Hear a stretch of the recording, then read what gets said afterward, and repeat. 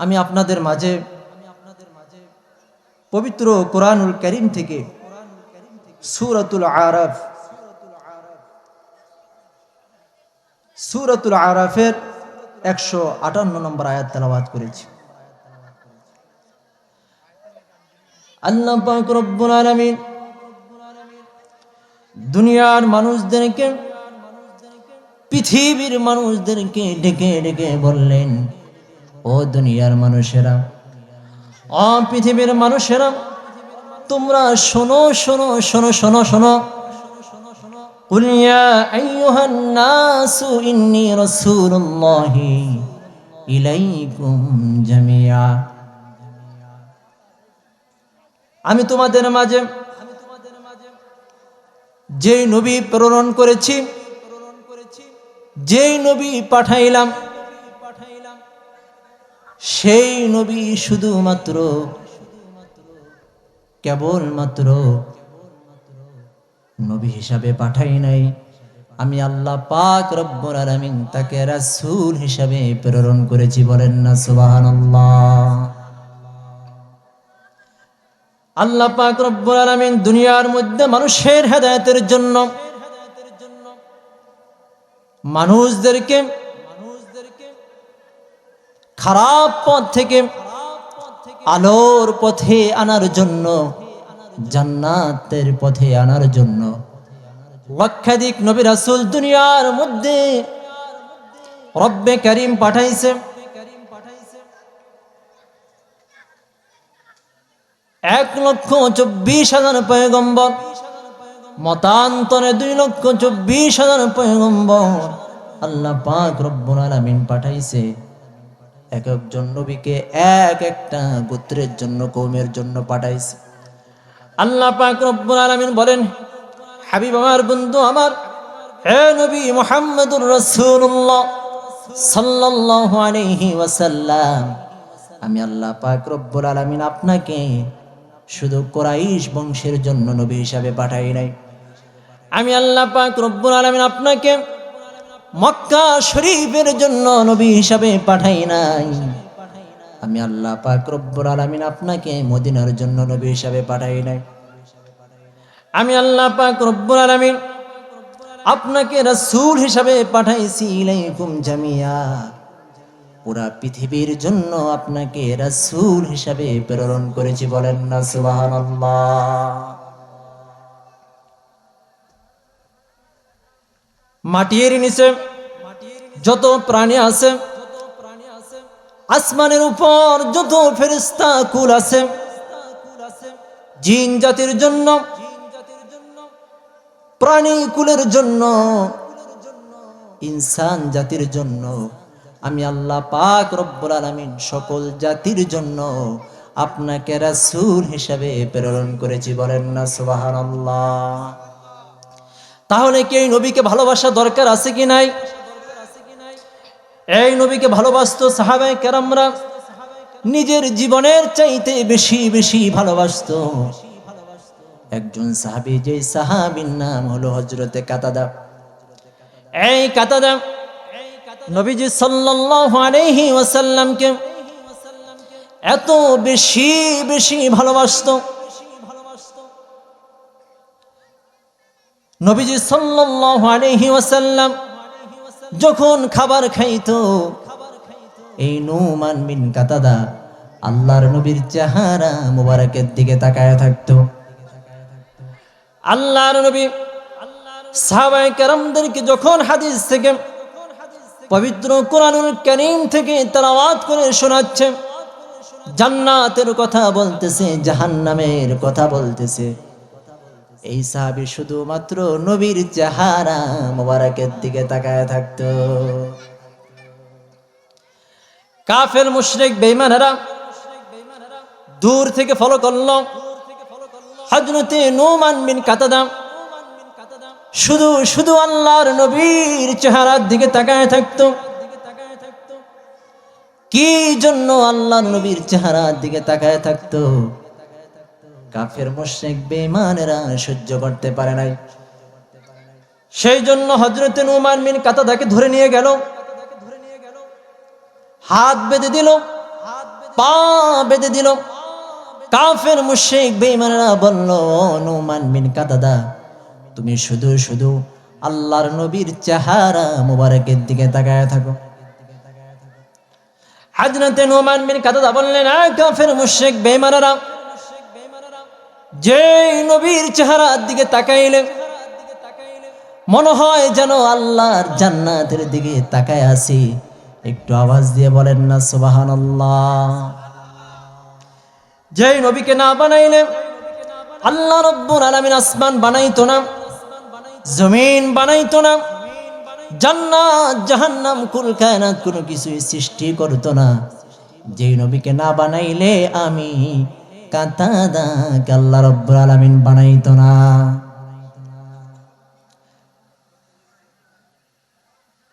হযরতে নুমান বিন কাতাদা বললেন, কাফের মুশরিক বেঈমানেরা, তোমরা শোনো শোনো শোনো, আমার যখন ক্ষুধা লাগে, যখন আমার পেটের মধ্যে প্রচন্ড ক্ষুধা লাগে, আমি যখন আল্লাহর নবীর চেহারা মুবারকের দিকে তাকাই রে, আমার পেটের ক্ষুধা নিবারণ হয়ে যায়। বলেন না সুবহানাল্লাহ।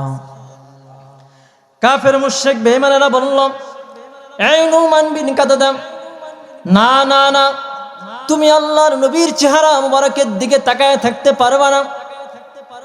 যদি তুমি আল্লাহর নবীর চেহারা মুবারকের দিকে তাকাও, খোদা কি কসম হে, তোমাকে আমরা দুনিয়া থেকে বিদায় করে দেব, হত্যা করে দেব।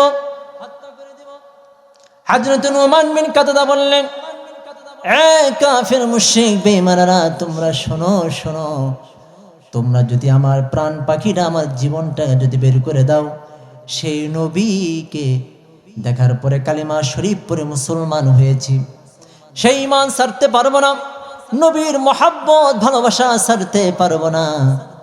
যেই নবীর উপর একবার কালিমা শরীফ পরে মুসলমান হয়েছি, আমার জীবন দিয়ে দিব, তারপর নবীর ভালোবাসা ছাড়বো না। বলেন না সুবহানাল্লাহ।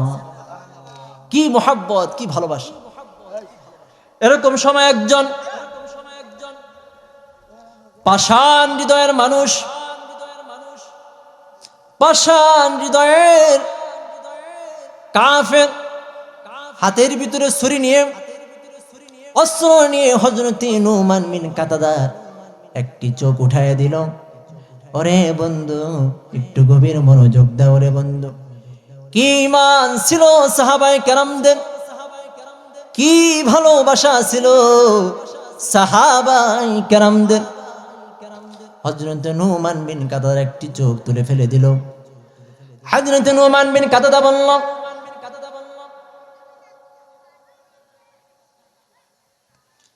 কাফের মুশরিক বেঈমানেরা, তোমরা যদি দুনিয়া থেকে আমাকে বিদায় করে দাও, নবীর ভালোবাসা ছাড়তে পারবো না, নবীর মহব্বত ছাড়তে পারবো না রে। যখন তার একটি চোখ তুলে বালুর মধ্যে, মাটির মধ্যে যখন ফালায় দিল, হযরত নুমান বিন কাতাদা এক চক্ষু দিয়ে হাউমাউ করে কান্না করতেছে। একজন কাফের বললেন, নুমান বিন কাতাদা, তুমি না তোমার নিজের জীবনের চাইতে আল্লাহর নবীকে বেশি বেশি ভালোবাসো, তোমার একটা চোখ উঠায় দিয়েছে, তাতে কি হয়েছে? তুমি কি জন্য কান্না করতেছো? হযরত নুমান বিন কাতাদা বলল, হ্যাঁ, কাফের মুশরিক বেঈমানেরা যেই চক্ষু দিয়ে আল্লাহর নবীর চেহারা মুবারক দেখি, সাহাবায়ে কেরাম দেখি, কোরআনে কারীম আমি তেলাওয়াত করি, সেই চোখটা তোমরা তুলে ফেলে দিয়েছ, উঠায় দিয়েছ। সেই চক্ষু যদি না উঠে আমার জীবনটা, আমার প্রাণ পাখিরা যদি বের করে দিতা, তারপরও এত কষ্ট পাইতাম না। যেই চক্ষু দিয়ে আল্লাহর নবীর চেহারা মুবারক দেখি, কাফের মুশরিক বেঈমানেরা মনে হয় যেন আর জীবনে কোনোদিন আল্লাহর নবীর চেহারা মুবারক দেখতে পারবো না। হযরত নুমান বিন কাতাদার চক্ষুটা হাতের মধ্যে নিয়ে আল্লাহর নবী, হায়াতুন নবী, জিন্দা নবী, নবী মুহাম্মদুর রাসূলুল্লাহ সাল্লাল্লাহু আলাইহি সাল্লাতু ওয়াস সালামের সামনে হাজির হয়ে বললেন, আয়াকা ইয়া রাসূলুল্লাহ, ইয়া হাবিবাল্লাহ, এই দেখেন কাফের মুশরিক বেঈমানেরা আমার চোখ তুলে ফেলে দিয়েছে, আমি কেন আপনি রাসূলকে বেশি বেশি ভালোবাসি? কি জন্য আপনাকে বেশি বেশি ভালোবাসি? কেন আপনাকে আমি বেশি বেশি মহব্বত করি? কাফের মুশরিক বেঈমানেরা সহ্য করতে পারে নাই, তারা সহ্য করতে পারে নাই। আল্লাহ নবী বলল, ও সাহাবী নুমান বিন কাদাদা, ভয় করো না, চিন্তা করো না, ভয় করো না, চিন্তা করো না, তোমার চোখের বিনিময়ে আল্লাহ পাক রব্বুল আলামিন 7 দুনিয়ার সমান একটা জান্নাত দিবে। বলেন না সুবহানাল্লাহ। হযরত নুমান বিন কাদাদা বললেন, আয়াকা ইয়া রাসূলুল্লাহ, ইয়া হাবিবাল্লাহ, আমি জান্নাত চাই না, নাজ নেয়ামত চাই না, আপনি রাসূল আমার চোখটাকে ভালো করে দেন। আপনার আওয়াজ দিয়ে বলুন, আল্লাহর নবী চোখ ভালো করতে পারবে কি পারবে না? অবশ্যই পারবে, অবশ্যই পারবে। আল্লাহ নবী বললেন, সাহাবী, কি জন্য তুমি জান্নাত চাও না, নাজ নিয়ামত চাও না? কি জন্য?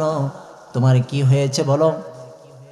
হযরত নুমান বিন কাদাদা বললেন, ইয়া রাসূলুল্লাহ, ইয়া হাবিবাল্লাহ, আমার চোখটা যদি ভালো হয়ে যায়, দুনিয়ার মধ্যে আপনি নবীর চেহারা মোবারক দেখব, দুনিয়ার মধ্যে সবচাইতে এটাই আমার জন্য জান্নাত। বলেন না সুবহানাল্লাহ।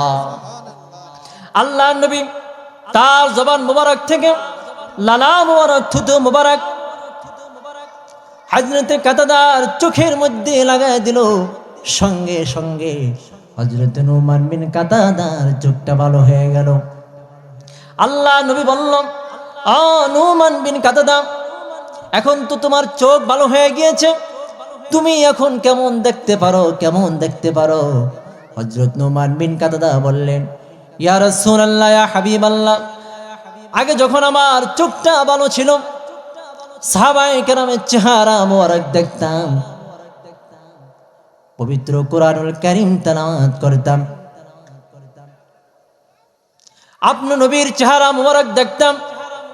ইয়া রাসূলুল্লাহ, এখন যখন আপনি আমার চোখটাকে ভালো করে দিয়েছেন, খোদার কসম করে বলি, এই মুহূর্ত থেকে কখন আমার মৃত্যু হবে, কোন জায়গায় আমার কবর হবে, কবর থেকে আমি হাসরের ময়দানে উঠব, হাসর থেকে আমার হিসাব নিকাশের পরে আল্লাহ রাব্বুল আলামিন আমাকে জান্নাত দিবে। জান্নাত দেওয়ার পরে কোন ঘরের মধ্যে, কোন কক্ষের মধ্যে আমি থাকব, খোদার কসম করে বলি, ইয়া রাসূলুল্লাহ, আমি কাতাদা ওই পর্যন্ত দেখতে পারতেছি। বলেন না সুবহানাল্লাহ। কি নবীর প্রতি ভালোবাসা, কি মুহাব্বত! এই নবীকে ভালোবাসতে চাই কি চাই না? কথা বলেন, আমরা নবীকে মুহাব্বত করতে চাই কি চাই না? আল্লাহর ওলিদেরকে ভালোবাসতে চাই কি চাই না? মুহাব্বত করতে হবে। সাহাবায়ে কেরামরা নিজে না খেয়ে নবীকে খাবার দিয়েছে। খন্দকের যুদ্ধ, আল্লাহর নবীর প্রিয় সাহাবী হযরতে জাবির খন্দকের যুদ্ধে দেখে নবী আমার নিজে না খেয়ে মাটি খনন করতেছে, মাটি কাটতেছে। এমন সময় একজন সাহাবী এসে বললেন, ইয়া রাসূলুল্লাহ, ইয়া হাবিবাল্লাহ,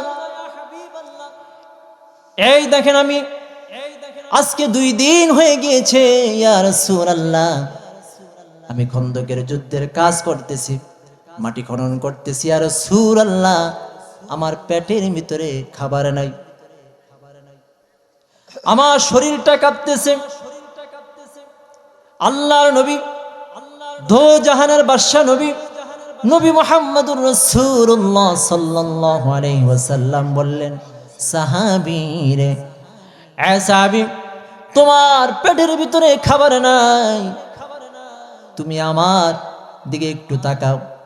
আল্লাহর নবী সঙ্গে সঙ্গে তার চাদর মোবারক উপরের দিকে উঠাইয়া দেখে, সাহাবী লক্ষ্য করে দেখে, আল্লাহর নবীর পেটের ভিতরে 7 দিনতম পাথর বেঁধে রেখে দিয়েছে, বলেন না সুবহানাল্লাহ। নবী বলল, হ্যাঁ সাহাবী, তুমি 2 দিন পর্যন্ত তোমার পেটের ভিতরে খাবার দিতে পারো নাই, আমি নবী আজকে 7 দিন পর্যন্ত আমার পেটের ভিতরে কোনো খাবার দিতে পারি নাই। হযরতে জাবির রাদিয়াল্লাহু তাআলা আনহু দূর থেকে লক্ষ্য করলেন, হযরত জাবির ছিল গরীব সাহাবী, তার বাড়িতে খাবার নাই। হযরত জাবির বললেন, আমি আর সহ্য করতে পারি না। আরে বন্ধু, গভীর মনোযোগ দিয়ে শুনতে হবে। হযরতে জাবির সঙ্গে সঙ্গে বাড়িতে চলে গেল, যে বললেন, রে বিবি, আমি যেই দৃশ্য দেখে এসেছি রে বিবি, আমি আর সহ্য করতে পারি না। ঘরের ভিতরে খাবার আসেনি।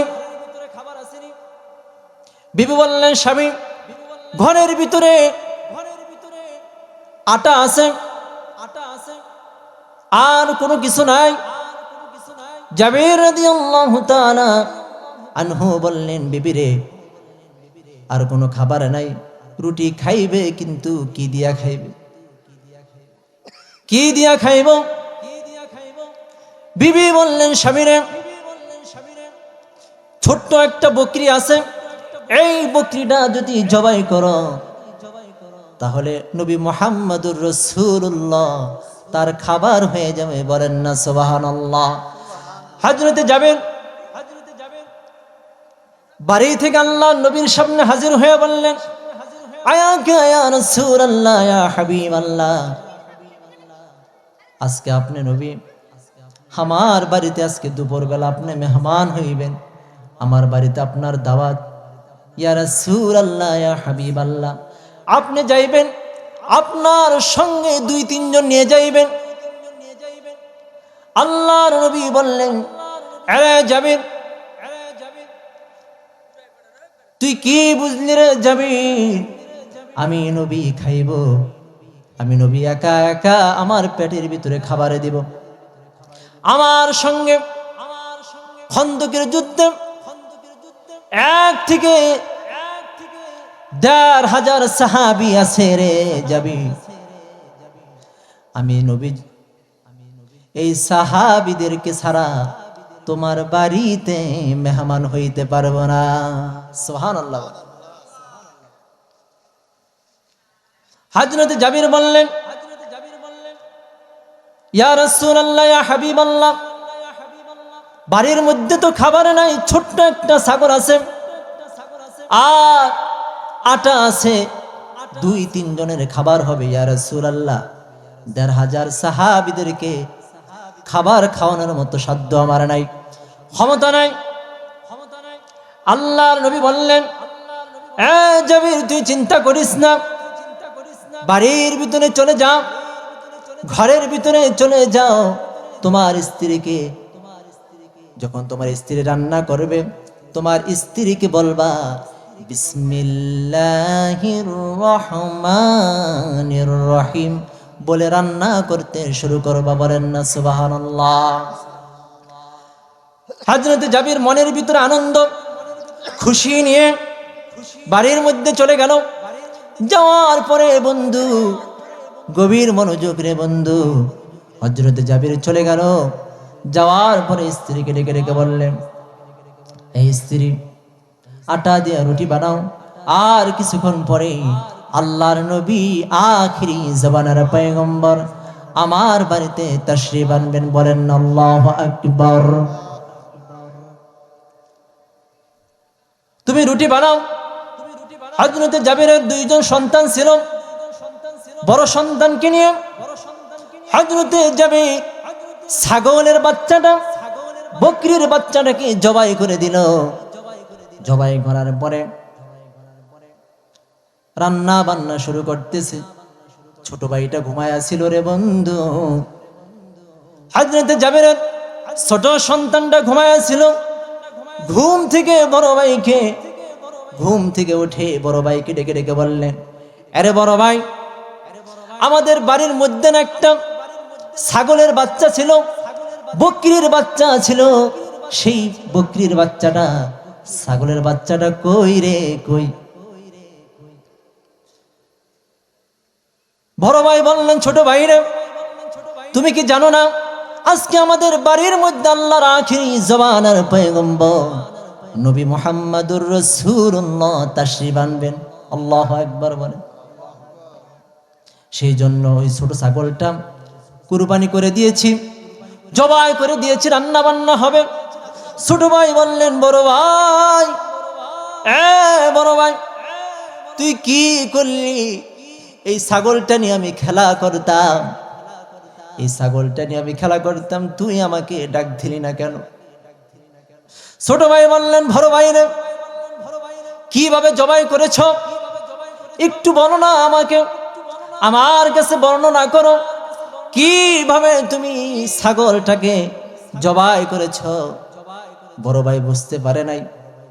ছোট ভাইকে শোয়াইয়া হাতের ভিতরে একটি ছুরি নিয়ে, ধারালো ছুরি নিয়ে ছোট ভাইয়ের কণ্ঠ নালীর উপরে চালায় দিল। সঙ্গে সঙ্গে ছোট ভাই দুনিয়া থেকে বিদায় হয়ে গেল।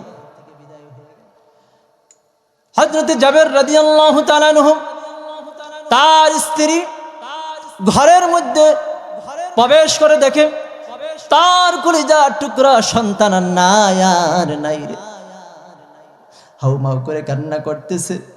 বড় সন্তান মায়ের ভরের কারণে, মায়ের কারণে দৌড় দিয়ে ঘর থেকে বের হয়ে গেল। বড় ভাই বলল, আয় হায়, আমি কি করলাম, কি করলাম আমি তো বুঝতে পারি নাই। আমি তো খেলা করতে চাইছিলাম, কিন্তু আমার হাতে আমার ছোট ভাই দুনিয়া থেকে বিদায় হয়ে গেছে। বাবার ভয়ে, মার ভয়ে বড় সন্তান ঘর থেকে বের হয়ে গেছে। যাইতে যাইতে আরব দেশে বিশাল বড় বড় পাহাড় আছে, ওই পাহাড়ের মধ্যে লুকায় আছে। এমন সময় হযরতে জাবির ঘরের মধ্যে প্রবেশ করে দেখি তার ছোট সন্তান নাই, দুনিয়া থেকে বিদায় হয়ে গেছে। তার স্ত্রী কান্না করে। হযরতে জাবির বললে, বিবি, তুই কান্না করিস না, তুই যদি কান্না করস রান্না বান্না খারাপ হবে, নষ্ট হবে, রান্নার মধ্যে মজা হবে না। বিবি, তুই কান্না করিস না। বিবি, তুই যদি কান্না করস রান্না বান্না নষ্ট হয়ে যাবে, রান্না বান্না যদি নষ্ট হয়ে যায় আল্লাহ নবী খাবার খাইবে, আল্লাহর নবীর কষ্ট লাগবে, সাহাবায়ে কেরামদের মনে কষ্ট লাগবে। বিবি, কান্না করিস না। ছোট সন্তানকে রান্নাঘরের খাটের নিচের মধ্যে সাদা কাপড় দিয়ে পেঁচায় রেখে দাও, পেঁচায় রেখে দাও। বিবি, কান্না করিস না। হযরতে জাবির বড় সন্তানকে খোঁজ করার জন্য বের হয়ে গেল। যাইতে যাইতে হযরতে জাবির ওই পাহাড়ের সামনে চলে গেল। যাওয়ার পরে দেখে তার বড় সন্তান বিশাল বড় পাহাড়ের উপরে আছে রে বন্ধু। হযরতে জাবির বললেন, বড় সন্তান, নামো নামো, নেমে যাও, তোমাকে কোনো কিছু বলবো না, নেমে যাও। বড় সন্তান বাবার ভয়ের কারণে নামে না। পাহাড়ের উপর থেকে দৌড় দিতে দিতে এক সময় বিশাল বড় একটি পাথরের সাথে হোঁচট খেয়ে জমিনে পড়ে তিনিও শহীদ হয়ে গেছে। বলেন না সুবহানাল্লাহ। মৃত্যুবরণ করেছে। হযরতে জাবের বড় সন্তানের লাশ দেখে মনটা মানাইতে পারে না, চোখের পানি আর ধরে রাখতে পারে না রে বন্ধু। হযরতে জাবের বড় সন্তানের লাশটাকে কুলের মধ্যে নিয়ে বিবির সামনে হাজির হয়ে গেল। বিবি বড় সন্তানের লাশ দেখে হাউ মাউ করে কান্না করে। বাগাইরামপুর এলাকাবাসী, পৃথিবীর মধ্যে সবচাইতে কষ্টকর বিষয় হলো বাবার কাঁধের মধ্যে সন্তানের লাশ। কোনো মা সহ্য করতে পারে না, কোনো বাবা সহ্য করতে পারে না রে বন্ধু, কোনো বাবা সহ্য করতে পারে না। হযরতে জাবের রাদিয়াল্লাহু তাআলা আনহু তার বিবি রান্না করতে যাইবে, হাতের মধ্যে কাজ করতে পারে না, কাজ ওঠে না, রান্না করতে পারে না। হযরতে জাবির বললেন, বিবি রে, বিবি খবরদার, খবরদার কান্না করবি না। আল্লাহর নবী যদি জানে আমাদের দুইজন সন্তান দুনিয়া থেকে বিদায় হয়ে গিয়েছে, আল্লাহর নবী আমার বাড়িতে আসবে না, আমার বাড়িতে আসবে না। আল্লাহর নবী যদি না আসে, তার মনে যদি কষ্ট লাগে, আমার দুনিয়াও শেষ, আখিরাতও শেষ। সাহাবায়ে কেরামরা নবীজি সাল্লাল্লাহু আলাইহি ওয়াসাল্লামকে কত বেশি বেশি ভালোবাসতো, কত মহব্বত করতো রে বন্ধু, কত মহব্বত করতো।